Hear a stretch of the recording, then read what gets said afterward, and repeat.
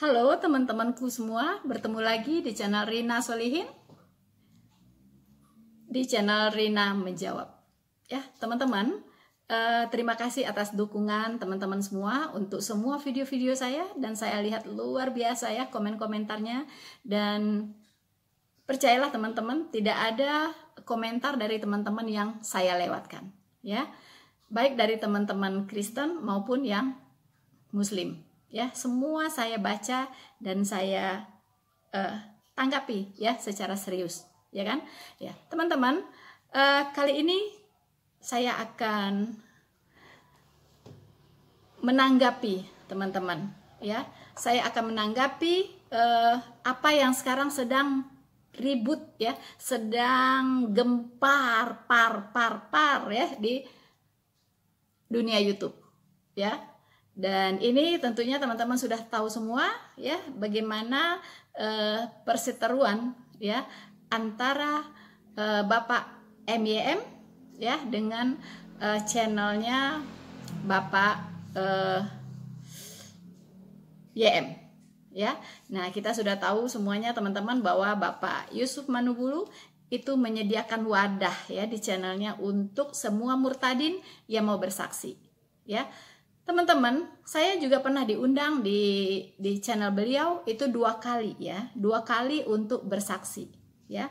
Dan saya berterima kasih untuk Bapak Yusuf yang sudah berkenan ya mengundang saya, sehingga saya bisa memberikan kesaksian iman saya, bagaimana saya bisa percaya kepada Yesus Kristus sebagai Tuhan dan Juru Selamat saya yang hidup ya. Nah, cuman agak unik ya, kalau teman-teman saya yang lain kebanyakan rata-rata percaya kepada Tuhan Yesus karena melihat penampakan ya, atau melihat Yesus dalam mimpi ya. Tapi kalau saya tidak mengalami itu teman-teman ya. Saya menjadi seorang Kristen betul-betul karena saya mempelajari Alkitab ya. Saya menemukan Yesus Kristus Tuhan yang harus saya sembah, yaitu melalui firman-Nya di Alkitab ya. Teman-teman, mengapa saya harus menanggapi masalah ini gitu ya, karena ini saya rasa itu sangat relevan dengan saya, karena saya seorang murtadin dan juga saya pernah ya 2 kali bersaksi di channelnya Bapak YM ya kan, dan saya juga seorang YouTuber ya. Jadi lengkaplah teman-teman bahwa saya memang harus ikut ya menanggapi apa yang sedang terjadi. Minimal saya bisa memberikan angin segar ya, minimal saya bisa mengademkan suasana ya. Saya akan menyorot ini bukan saya tujuannya menghakimi siapapun, tidak ya. Saya tidak ada tujuan menghakimi siapapun, tapi saya akan melihat permasalahan secara proporsional dan tentunya secara kebenaran firman Tuhan ya, yaitu secara alkitabiah. Apa yang dikatakan oleh firman Tuhan itulah yang saya sampaikan ya. Jadi kalaupun nanti ada yang merasa terhakimi, percayalah bukan saya yang menghakimi saudara, tetapi firman Tuhan ya. Jadi teman-teman, jangan lewatkan video ini ya, dari awal sampai akhir. Anda harus stay menyaksikan ini karena akan bermanfaat sekali ya. Bermanfaat sekali karena sekarang dunia kekristenan benar-benar ya diobrak-abrik oleh iblis di saat-saat kedatangan Tuhan Yesus yang sudah sangat mendekat ya. Untuk itu kita sebagai orang Kristen yang sudah diselamatkan harus benar-benar waspada dan harus tahu trik-trik iblis untuk menyesatkan banyak orang ya. Oke teman-teman, jangan lupa ya, sebelum kita lanjutkan Anda subscribe, share, and like ya video ini, dan please ya iklan-iklan yang ada di video ini please jangan di skip, karena itulah bentuk dukungan teman-teman semua untuk channel Rina Solihin supaya terus berkembang dan terus bisa berbagi kebenaran firman Tuhan dengan teman-teman semua. Teman-teman, sebagai kita ketahui bahwa mungkin ada ya di antara teman-teman yang sudah menyaksikan ulasan-ulasan dari Bapak MYM terhadap kontennya channel Bapak YM ya. Nah, teman-teman, kita melihat bahwa MYM itu menyoroti konten yang ada di channelnya Bapak YM, terutama dalam hal materi kesaksian dari para murtadin. Ya, Bapak MYM menganggap bahwa itu adalah kesaksian yang sangat-sangat tidak berdasar begitu ya, tidak berdasar dan berbahaya sekali. Bahkan beliau mengatakan bahwa itu bisa menyesatkan. Ya, kenapa? Karena pengalaman pribadi. Ya, pengalaman pribadi itu tidak bisa dijadikan standar kebenaran. Ya, standar kebenaran itu adalah Alkitab. Ya, teman-teman, inilah yang mendorong saya ya untuk menanggapi ini, ya kan ya, untuk menanggapi ini semua. Tadi saya katakan bahwa saya ya salah satu menjadi objek sorotnya Bapak MYM karena saya seorang murtadin. Kemudian saya pernah 2 kali diundang di sana, tentunya itu erat hubungannya juga dengan saya ya. Kemudian saya juga seorang YouTuber ya kan, dan saya juga seorang penginjil. Jadi teman-teman, supaya tidak terjadi kerancuan ya di dalam kekristenan ya, seharusnya ini kita rajut kembali, kita luruskan ya. Apa yang salah kita perbaiki, apa yang benar kita pertahankan. Itu prinsip saya ya. Jadi kita sebagai seorang Kristen jangan alergi dengan kritik ya. Jangan alergi dengan sesama kita yang menasehati kita ya. Karena memang Alkitab mengatakan ya, saling menasehatilah ya di saat-saat kedatangan Tuhan yang semakin mendekat.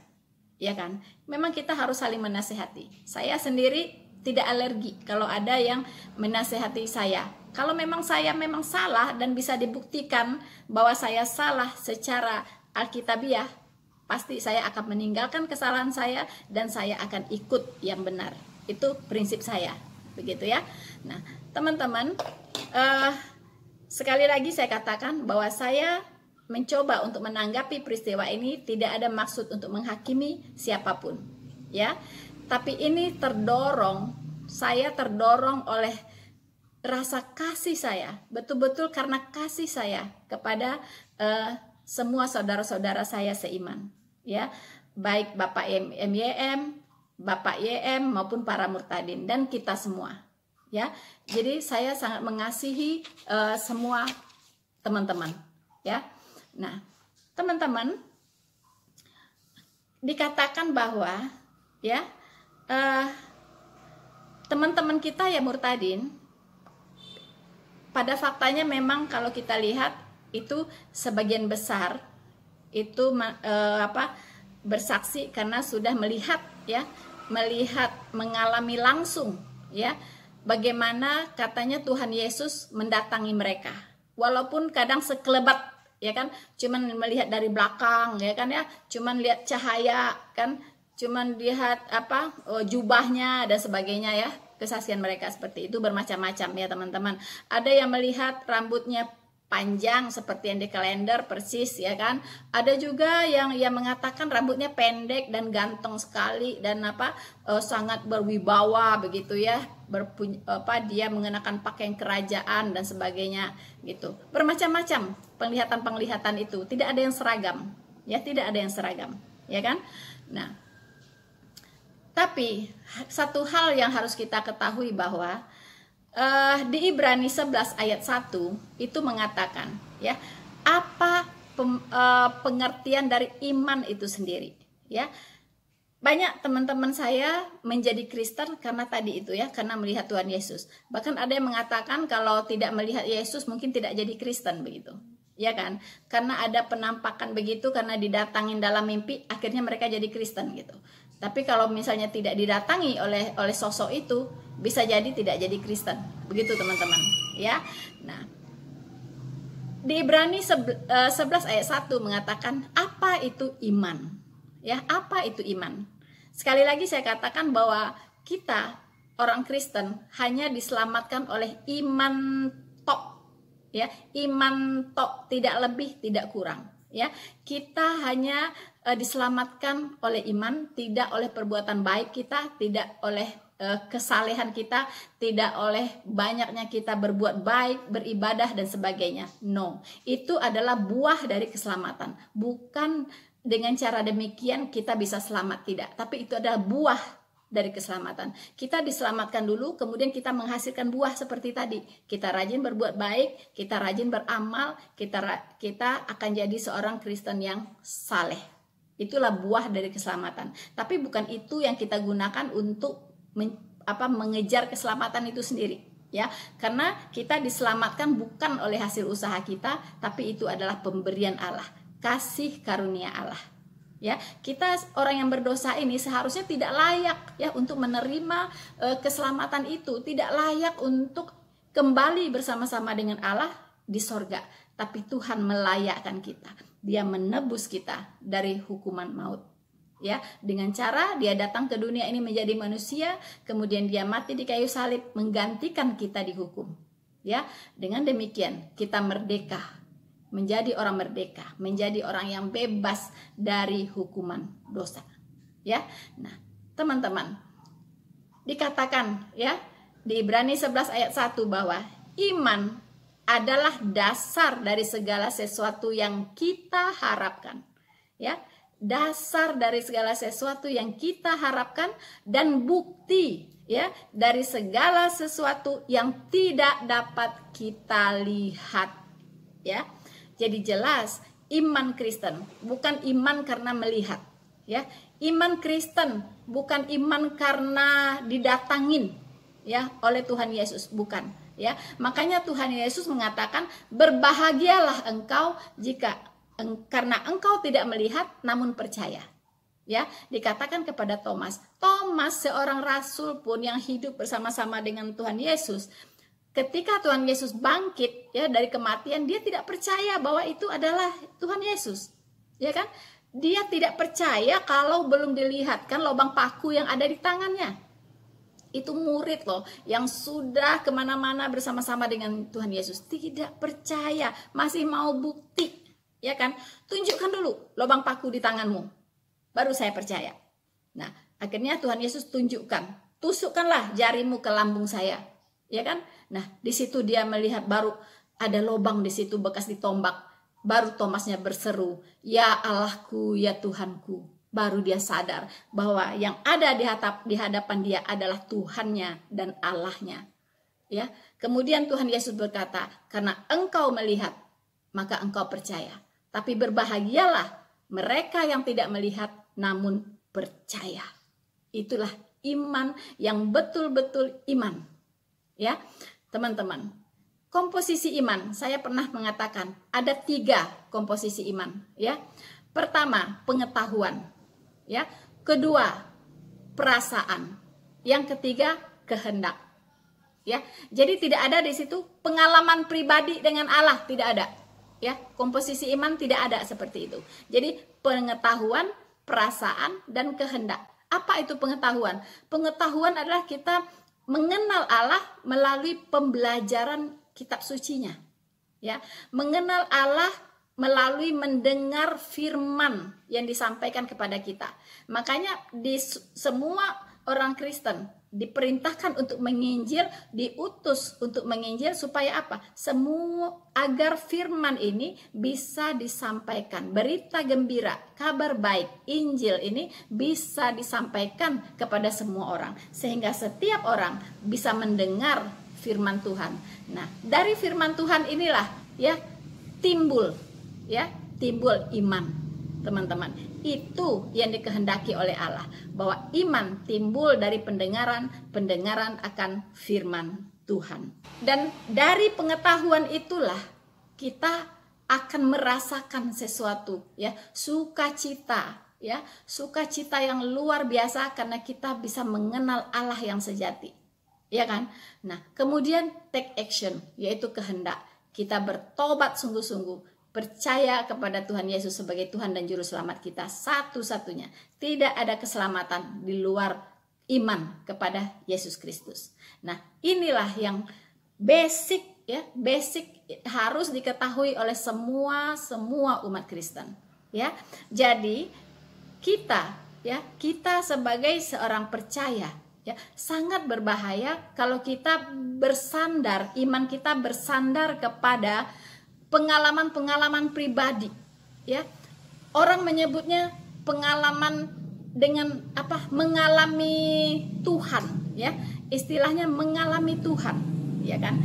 Saya tidak pernah bermimpi tentang Tuhan Yesus, saya tidak pernah punya penglihatan ya bagaimana Tuhan Yesus, tidak pernah sekelebat datang gitu ya, tidak pernah saya mengalami itu ya, tidak pernah. Nah, jadi saya tidak pernah mengalami itu ya kan, dan dikatakan bahwa saya belum rohani. Ada loh yang mengatakan begitu ya, karena saya tidak mengalami Tuhan ya, saya tidak kurang rohani dari mereka yang mengalami Tuhan ya. Ini sangat-sangat berbahaya kalau statement itu kita ucapkan ya, karena mengalami Tuhan yaitu kita memahami kehendak Tuhan, mengenal Tuhan dengan sangat baik melalui firman-firman-Nya dan kita hidup di dalamnya. Itulah yang saya yakini sebagai mengalami Tuhan ya. Nah, teman-teman, kita melihat ya bahwa Alkitab adalah standar iman kekristenan ya.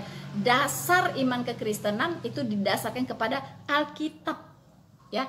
Tanpa Alkitab tidak ada kekristenan ya. Tanpa Alkitab tidak ada iman kekristenan ya. Tanpa Alkitab tidak ada keselamatan. Dari mana tahu? Bagaimana kita bisa mengenal Allah kalau Allah tidak menuliskan siapa Dia di dalam Alkitab ya? Bagaimana kita tahu kita diselamatkan kalau Allah tidak menuliskan jalan keselamatan? Bagaimana cara Dia menyelamatkan kita di dalam Alkitab ya? Bagaimana kita bisa percaya kepada Dia kalau kita tidak mengenal Dia, kuasa-kuasanya ya, melalui Alkitab? Itulah teman-teman mengapa ya Alkitab musuh terbesar dari iblis ya. Musuh terbesar dari iblis adalah Alkitab. Oleh karena itu, dari dahulu sampai detik ini, iblis berusaha untuk menghancurkan pondasi iman dari orang Kristen ini, yaitu Alkitab. Dengan berbagai cara, dengan 1000 cara. Tidak bisa cara cara A, cara B, cara C. 1000 cara dia gencarkan ya. Saya melihat ada dua pintu yang dipakai iblis untuk menghancurkan Alkitab ya.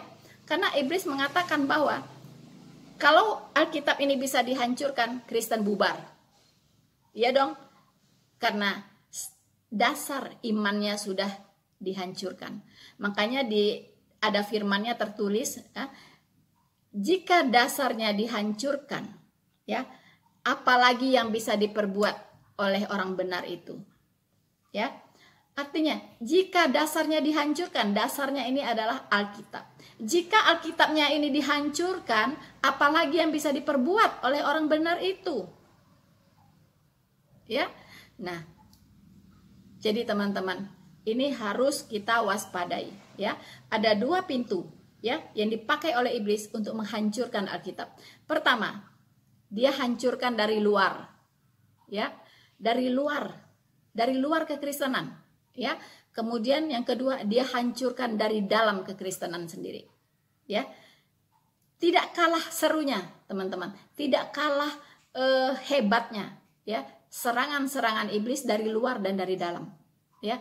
Dari luar mereka menggunakan kelompok-kelompok yang non-Kristen ya, terutama Muslim, untuk menyerang kekristenan sedemikian rupa, menyerang Alkitab sedemikian rupa ya, mengatakan bahwa Alkitab ini sudah dipalsukan ya, bahwa Alkitab ini adalah tulisan manusia ya, bahwa Alkitab ini sudah dirubah-rubah ya, tidak murni lagi ya kan. Nah, dulu sih memang ya, Zabur, Taurat, Injil itu firman Tuhan, tapi setelah nabi dan rasul tiada, nah Alkitab ini diobrak-abrik katanya oleh kafir ya. tunggu video saya untuk menanggapi si mu'alaf ini yang mengatakan bahwa Alkitab diobrak-abrik oleh kafir. Ya, tunggu ya teman-teman. Saya akan segera rilis ya. Nah, teman-teman, jadi dari luar diserang sedemikian rupa. Ya, itu usaha iblis untuk menghancurkan dasar kekristenan. Tujuannya apa? Hanya satu, supaya banyak orang tidak mengenal kebenaran yang ada di dalam Alkitab dan mereka tidak diselamatkan. Mereka ikut iblis, rame-rame ke neraka. Itu tujuannya iblis. Ya, jadi harus kita lebih cerdik, lebih cerdas dari iblis. Karena iblis ini sangat licik dan sangat pintar untuk menipu orang. Ya, karena dia nggak pernah mati. Kita usia paling 75, 80, 90 tahun paling-paling. Dia sudah hidup ribuan tahun. Gak mati-mati. Jadi pengalaman dia dalam menyesatkan orang luar biasa. Ya, bagaimana sih kalau orang sudah pengalaman kerja yang lama sekali? Ya, dia sudah tahu trik-triknya bagaimana bisa menyelesaikan pekerjaan itu dengan baik. Ya kan? Nah, sama si iblis ini nggak pernah mati dia. Ya kan? Dia nggak pernah mati gitu. Dia selalu sepanjang zaman ya, dia sudah punya pengalaman-pengalaman yang luar biasa bagaimana menyesatkan umat manusia ini dan menggiring mereka ke neraka. Tapi pekerjaannya akan lebih keras di akhir zaman ini. Karena ini deadline dia gitu, deadline dia. Setelah itu dia akan dilemparkan ke neraka. Ya. Makanya waktu Tuhan Yesus datang ya, si iblis mengatakan, "Apa maumu dengan aku, hai anak Allah? Ya, waktuku belum tiba." Ya kan? Nah, apakah engkau akan menyampaikan aku ke neraka sekarang? Begitulah kira-kira ya. Ya. Jadi memang dia udah tahu dia bakal dilemparkan ke neraka, tapi dia nggak mau sendirian. Dia nggak mau Lucifer dengan sepertiga ya. Malaikat sorga itu aja yang ke neraka, dia nggak mau. Dia mau semua manusia ini juga ke neraka bersama-sama dengan dia. Jadi dia ingin menyesatkan semua orang ya. Nah, ini dari luar. Ya, dari luar Alkitab difitnah sedemikian rupa, walaupun tidak bisa dibuktikan bahwa Alkitab itu sudah dipalsukan, karena ditunjukkan mana yang aslinya, tunjukkan mana aslinya juga tidak bisa ditunjukkan. Ya, bagaimana Alkitab ini dikatakan palsu jika semua firman yang ditulis di dalamnya punya kuasa? Ya, bagaimana Alkitab ini dikatakan palsu kalau firman-firman yang ada di dalamnya itu ada benang merahnya, nggak ada yang terputus? Ya. Bagian mana yang dipalsukan, bagian mana yang tidak dipalsukan, itu mereka tidak bisa tunjukkan juga. Ya, jadi itu hoax, the biggest hoax, ya, omong kosong, ya, fitnah, ya. Jangan teman-teman percaya bahwa Alkitab sudah dipalsukan, karena Tuhan sudah menggaransi, ya, pemeliharaannya terhadap Alkitab. Langit dan bumi pasti berlalu, tapi perkataanku tidak pernah berlalu. Ya, firman-Nya itu adalah sesuatu yang sangat penting bagi Allah, ya, yang disiapkannya untuk menuntun hidup semua umat manusia untuk kembali kepadanya. Jadi tidak mungkin dia lalai memelihara firman-Nya. Ya, orang yang mengatakan bahwa Alkitab sudah dipalsukan itu penghujatan serius terhadap kemahakuasaan Allah. Ya, Allah itu maha kuasa, dia maha memelihara dunia ini aja dalam genggaman dia. Ya, satu orang mau berhati jahat aja dia tahu, ya kan? Baru punya rencana busuk aja dia tahu. Bagaimana dia tidak tahu ada orang yang mau mengobrak-abrik Alkitabnya? Itu sungguh-sungguh logika sesat yang mengatakan bahwa Tuhan tidak berkuasa memelihara firman-Nya. Ya, oke, itu dari luar, gampang kita atasi. Yang sangat serius, ya, yaitu dari dalam kekristenan sendiri. Ya, dari dalam kekristenan sendiri. Ini luar biasa sulit untuk mengenalinya, ya, luar biasa sulit, ya. Kalau serangan dari luar kita gampang mengenalinya, gampang mengatasinya, ya. Tapi kalau dari dalam, waduh, ini butuh energi yang luar biasa, butuh hikmat yang luar biasa, butuh penyertaan Tuhan yang luar biasa untuk melihat ini semua secara clear. Teman-temanku yang terkasih, sekarang kita akan melihat ya bagaimana cara iblis menyerang Alkitab dari dalam kekristenan sendiri. Ya. Satu. Ya. Kalau kita lihat sejarah kekristenan, itu pernah terjadi bahwa ada otoritas, ya. Otoritas di mana negara disatukan dengan agama, ya. Dan saat itu negara ini punya otoritas untuk mengendalikan agama, ya. Nah, pada saat itu Alkitab ini itu tidak semua orang bisa memiliki Alkitab saat itu. Tapi hanya keluarga-keluarga kerajaan, dan itu pun yang orang-orang tertentu begitu. Orang umum itu tidak bisa memiliki Alkitab, ya. Atau hanya uskup, ya, yang petinggi-petinggi gereja yang bisa memiliki Alkitab.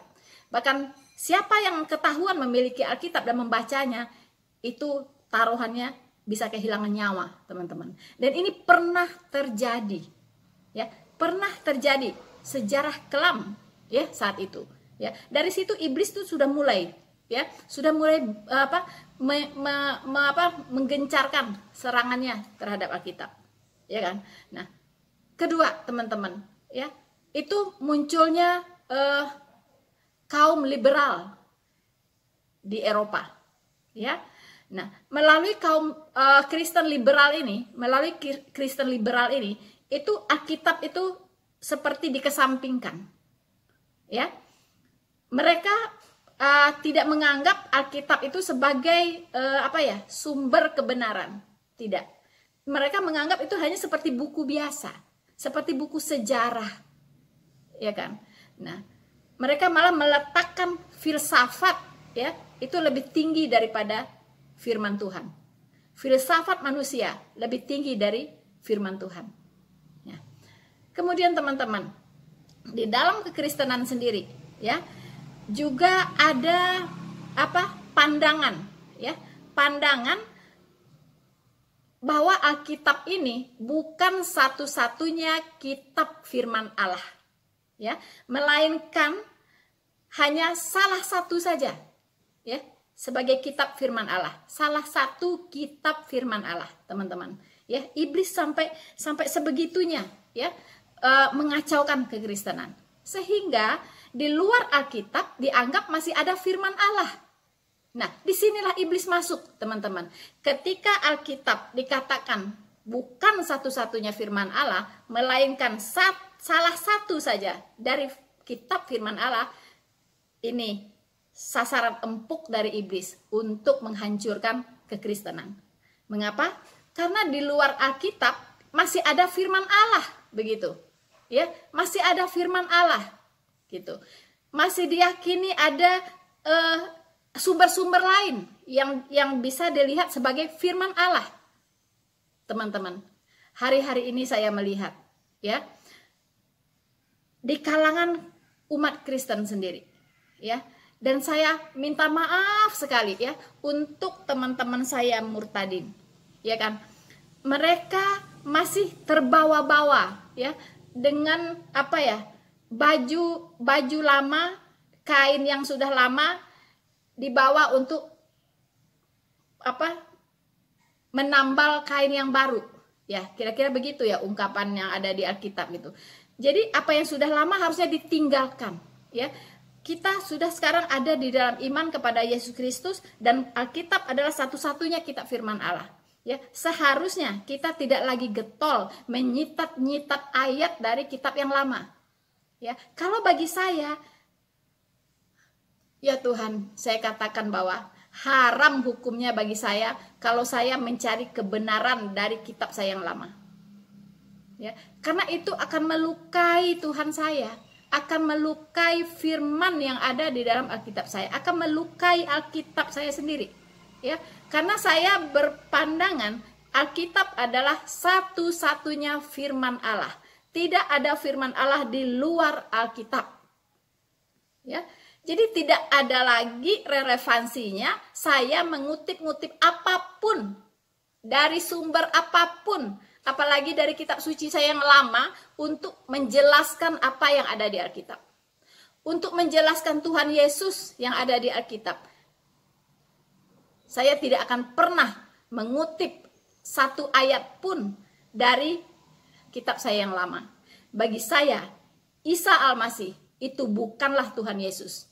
Bagi saya, Tuhan Yesus itu berbeda dengan Isa Al-Masih. Banyak yang punya pandangan, ya, mirip, ya, memang mirip, sengaja dibuat mirip, Sengaja dibuat mirip. Supaya apa? Supaya mengacaukan kekristenan. Saya terus terang katakan bahwa untuk mengacaukan iman kekristenan, ya. Wow, di kitab lain juga ada Yesus. Di kitab lain juga ada Tuhan Yesus ternyata. Ya. Tapi lihat esensinya, teman-teman. Esensinya apa? Esensinya justru menyangkali ketuhanan Yesus. Ya, di sana tidak diakui bahwa Isa Al-Masih itu adalah Tuhan. Tidak diakui bahwa dia mati disalibkan untuk penebusan dosa, tapi dia diserupakan. Tidak tahu juga diserupakan dengan siapa? Yudas Iskariot.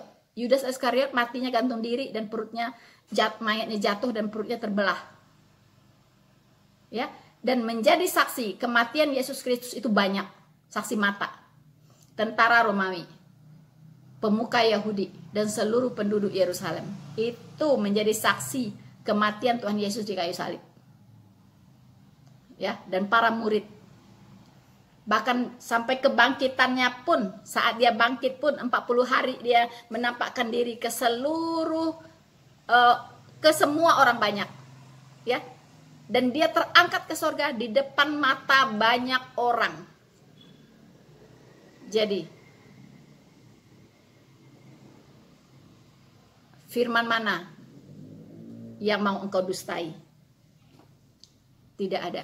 Final bahwa Tuhan Yesus faktanya memang mati disalibkan, tidak diserupakan. Ya. Dan Tuhan Yesus itu kalaupun sama dengan Isa Al-Masih 99,9% itu pun tetap berbeda. Bukan orang yang sama.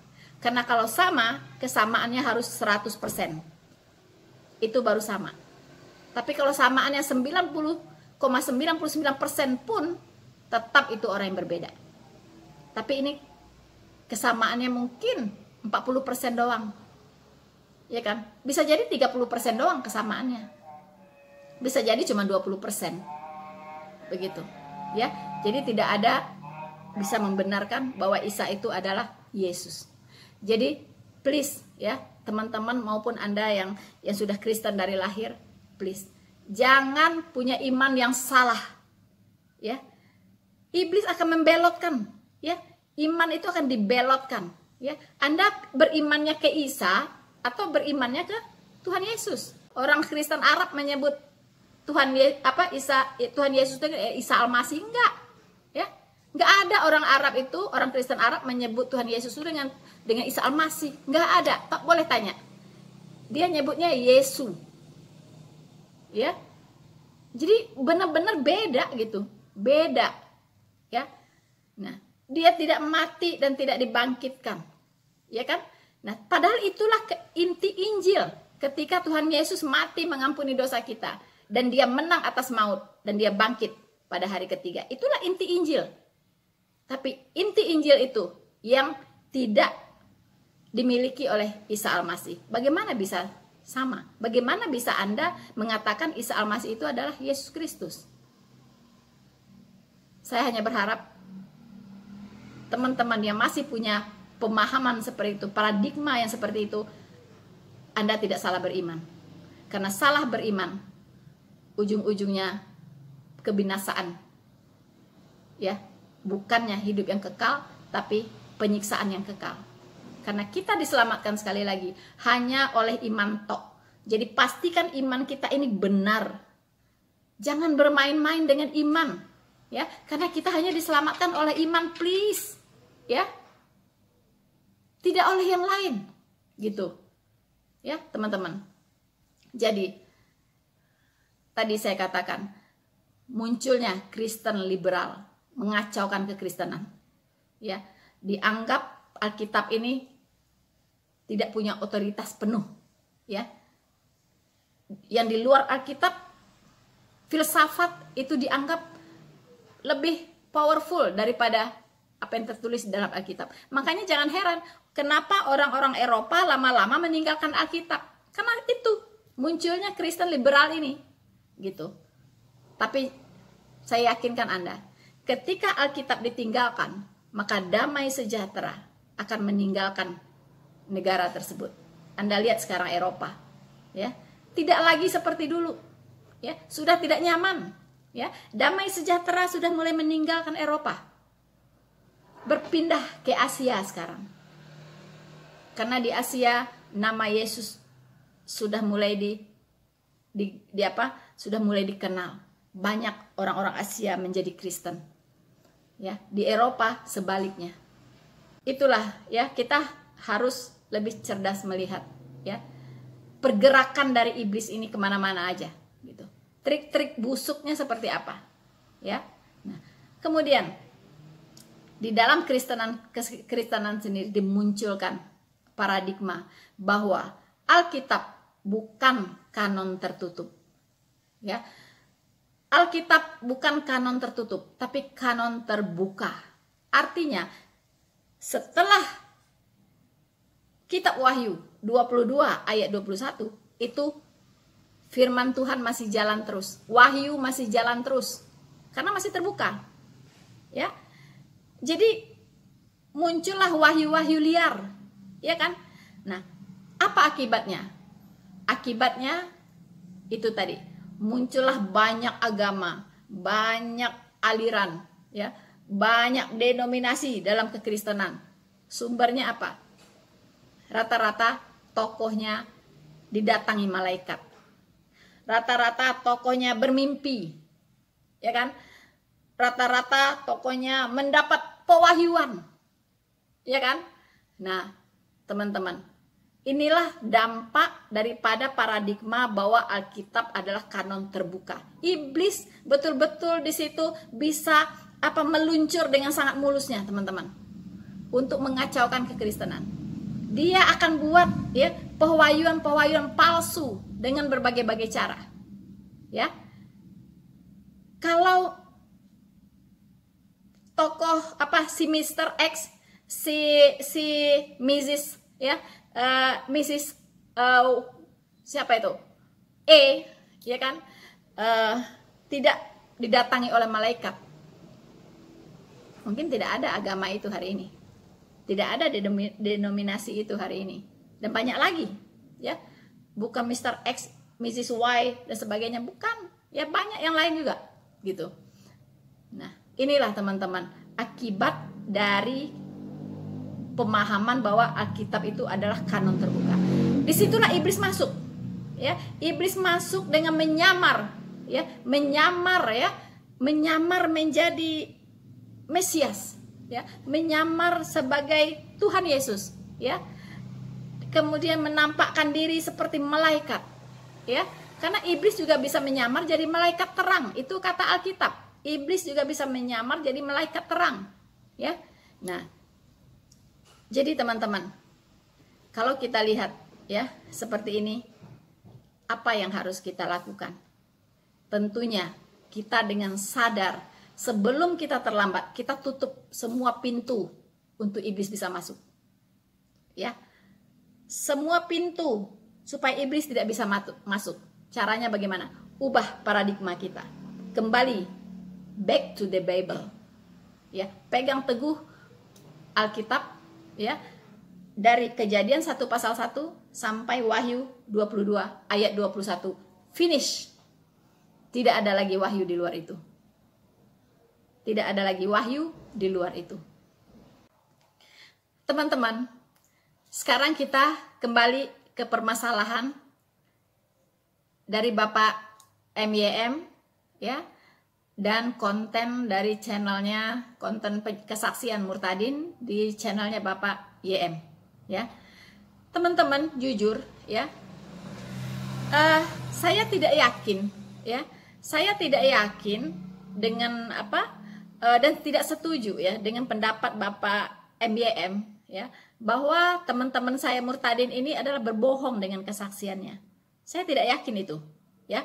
Karena logika sehatnya begini, bagaimana mungkin seorang murtadin, ya, mau bayar harga begitu mahal, ya, diusir oleh keluarga, ya, kemudian dibenci, dihujat, ya kan, kemudian difitnah dan sebagainya hanya untuk sebuah kebohongan.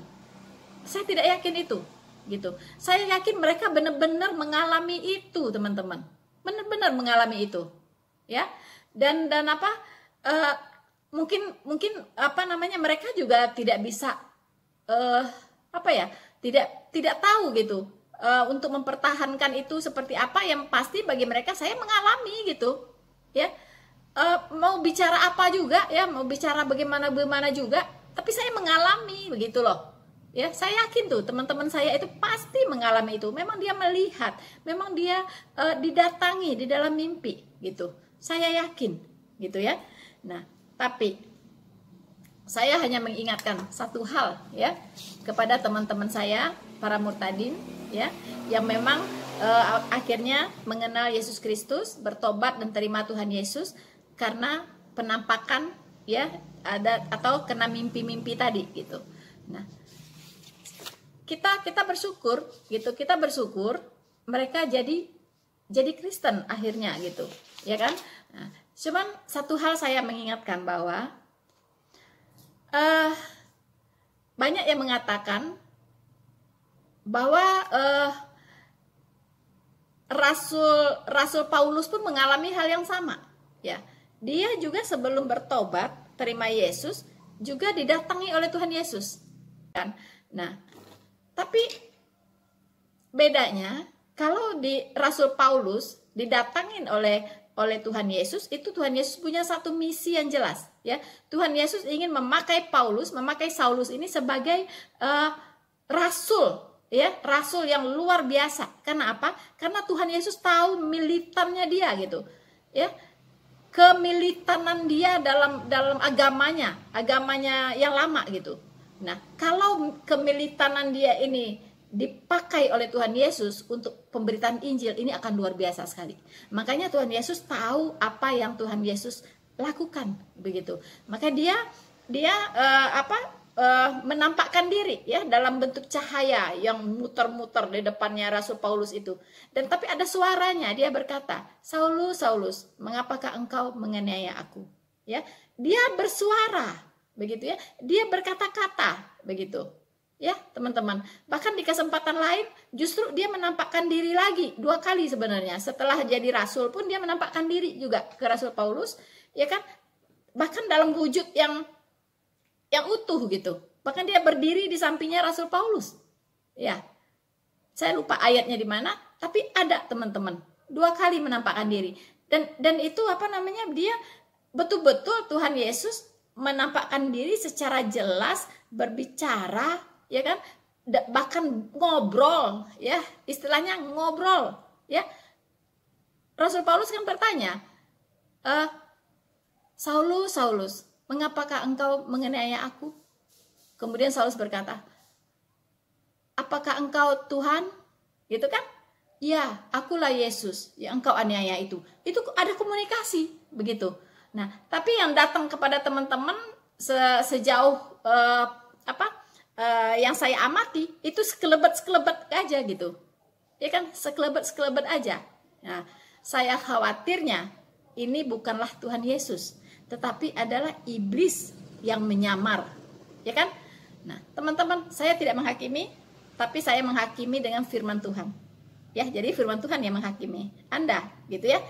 Saya akan bacakan 1 Yohanes 4 ayat 1. Ini peringatan yang sangat penting supaya kita tidak mudah percaya kepada yang namanya mimpi dan penampakan. Ya, karena dulu Tuhan memakai mimpi itu sebagai alat pewahyuan. Ya, memakai penampakan misalnya kepada Rasul Yohanes di Pulau Patmos, ya. Nah, itu memakai penampakan itu sebagai sarana untuk menyampaikan wahyu. Maka terjadilah kitab Wahyu. Ya kan? Nah, teman-teman, setelah wahyu terakhir, ya, kitab Wahyu 22 ayat 21, tidak ada lagi wahyu. Ya.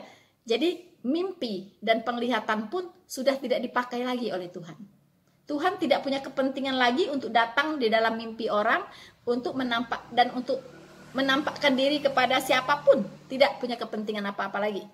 Karena sudah selesai, Alkitab sudah selesai dikanonkan dan ada di tangan semua orang hari ini. Jadi Tuhan tidak berkepentingan untuk menyampaikan wahyu apa lagi gitu. Udah selesai, finish. Ya kan? Kalau mau tahu kebenaran, bacalah Alkitab. Ya kan? Tidak ada lagi yang mau disampaikan oleh Tuhan. Sudah selesai, udah ditutup dengan kata amin. Tidak boleh lagi ditambahi, tidak boleh lagi dikurangin.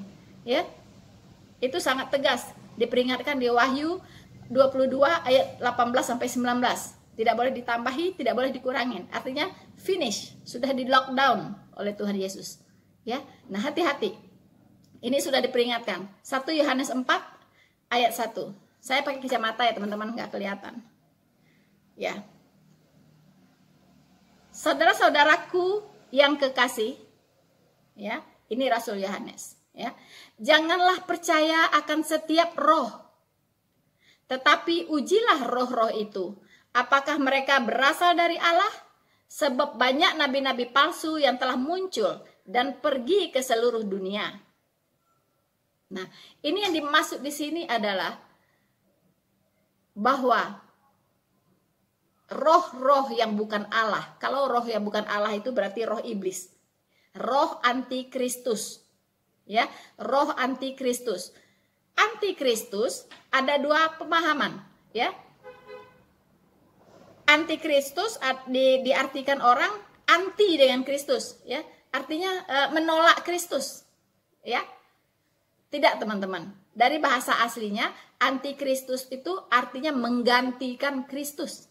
Itu namanya antikristus. Dia menggantikan Kristus. Dia ingin menjadi Mesias. Dia ingin disembah. Dia ingin jadi Tuhan.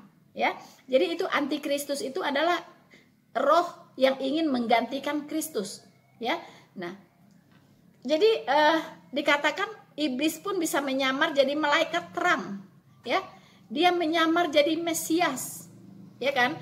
Nah, kadang dia datang ke mimpi-mimpi, ya, terus penampakan di mana di Keramat Tunggak ya dulu ya, lihat tembok kok seperti Yesus, akhirnya dari seluruh Indonesia orang ke sana, itu Yesus gitu kan. Masih ingat nggak? Itu tahun berapa ya? Saya lupa. Ya, hanya melihat garis-garisan di tembok itu seperti yang di kalender itu kalau tidak salah, itu pun orang datang di sana berduyun-duyun mengatakan itu adalah Yesus. Aduh ya ampun, ya, begitu naifnya teman-teman, ya. Kemudian saya katakan lagi, ya, bahwa bisa jadi roh, ya, yang datang di dalam mimpi itu adalah yang berwujud seperti Yesus, ya, yang memperlihatkan diri hanya sekelebat, ya. Kalau Tuhan Yesus sendiri dia berkomunikasi, dia menyatakan dirinya dengan terang benderang, ya, tidak sekelebat begitu, tidak, ya. Tapi kalau sekelebat begitu seperti pencuri, ya, lewat ya, seperti pencuri gitu, dan takut dilihat mukanya gitu. Itu biasanya penipu, ya. Orang yang takut menunjukkan mukanya, nggak berani menunjukkan identitas dirinya, itu biasa penipu, ya kan teman-teman. Nah, ini diingatkan juga di Matius 24 ayat 23 sampai 27, ya.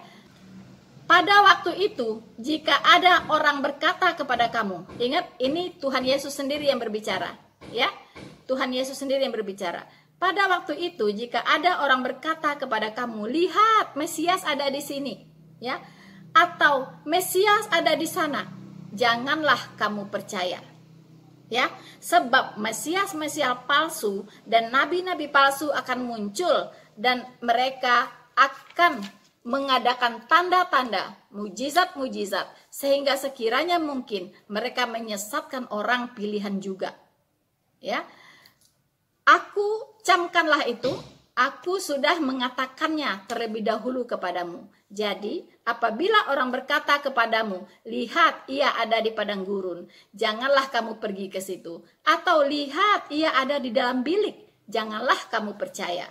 Sebab sama seperti kilat memancar di sebelah timur dan melontarkan cahayanya sampai ke barat, demikian pula lah kedatangan anak manusia itu. Di mana ada bangkai, di situ burung nazar berkerumun. Teman-teman, ini sudah diingatkan oleh Tuhan Yesus sendiri. Ya, di Matius 24 ayat 23 sampai 27. Kalau ada orang mengatakan di sana ada Yesus, ya, di situ ada Yesus, ya, di Mekah ada Yesus, gitu kan, di kebun ada Yesus, saya lihat, kata Yesus, jangan percaya, ya, jangan percaya, ya. Karena itu adalah Mesias palsu, iblis yang menyamar. Iblis yang menyamar, ya. Teman-teman, Tuhan Yesus pernah berjanji bahwa Dia akan datang di saat kedua kali nanti, ya. Dan Dia tidak pernah mengatakan bahwa Dia akan datang sebelum kedatangannya itu, gitu, ya. Jadi Dia tidak akan datang kepada orang perorangan, teman-teman, ya. Tapi Tuhan Yesus itu setelah Dia terangkat ke sorga, ya, Dia berjanji akan datang kembali, ya. Berjanji akan datang kembali. Kapan? Ya, kapan? Ya. Nah, Tuhan Yesus sudah memberikan tanda-tanda kedatangannya. Ya.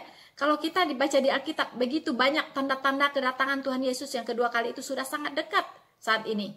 Ya, karena tanda-tanda yang dikatakan itu sudah semakin tergenapi seluruhnya, teman-teman. Ya. Nah, saat Tuhan Yesus datang, ya, itu tidak dengan cara seperti itu, tidak masuk ke mimpi orang, tidak melihat penampakan sekelebet-sekelebet, tidak begitu, gitu.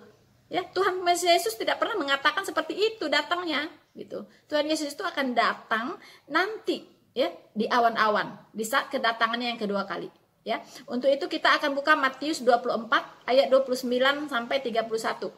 Ya, supaya kita jelas gitu ya, bahwa sebelum kedatangan Tuhan yang kedua kali, lalu ada katanya Yesus yang datangin orang, ya, itu siapa gitu? Pastikan itu bukan Tuhan Yesus. Tuhan Yesus nggak akan datang seperti itu, gitu. Dia udah bilang nanti Dia datangnya kedua kali di awan-awan untuk menjemput kita, ya. Kita Kristen lahir baru ini akan diangkat, ya, akan terangkat ke angkasa, ya, dalam bersama-sama dengan Tuhan, gitu. Ya, mari kita baca teman-teman Matius 24 ayat 29 sampai 31.